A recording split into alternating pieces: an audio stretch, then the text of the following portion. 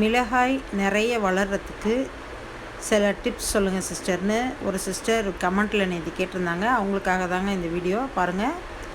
இந்த மிளகாயை பறிக்கும்போது அந்த மிளகாய்க்கு கீழே அந்த காம்புக்கு கீழே ஒரு இலை இருக்கும். அதை அந்த இலையை நம்ம பறித்து கீழே போட்டுறணும். இங்கே பாருங்கள், மிளகாய் இருக்குது, அதுக்கு கீழேருந்து ஒரு இலை வருது பார்த்தீங்களா? இந்த இலை தான் அது. அந்த இலையை நம்ம மிளகாயை பறித்த உடனே அந்த இலையை கட் பண்ணி போட்டுறணும். இப்படி செஞ்சிங்கன்னா நிறைய மிளகாய் காய்கள் பிடிக்கும் செடியில். நிறைய நீங்கள் அறுவடையும் எடுக்கலாம். ஒவ்வொரு மிளகாய்க்கு கீழேயும் ஒரு இலை இருக்கும், தாங்கி பிடிச்சாப்புல ஒரு இலை இருக்கும். அதை நீங்கள் கட் பண்ணி கீழே போட்டுடணும். மிளகாய் அறுவடை செய்யும்போது இந்த டிப்ஸை ஞாபகத்தில் வச்சுக்கோங்க. காய்ச்சலும் பாய்ச்சலுமாக தண்ணீர் கொடுங்க. மிளகாய் மோட்டாங்காட்டு பயிருன்னு சொல்லுவாங்க. அதாவது வறண்ட நில தாவரம்னு சொல்லுவாங்க.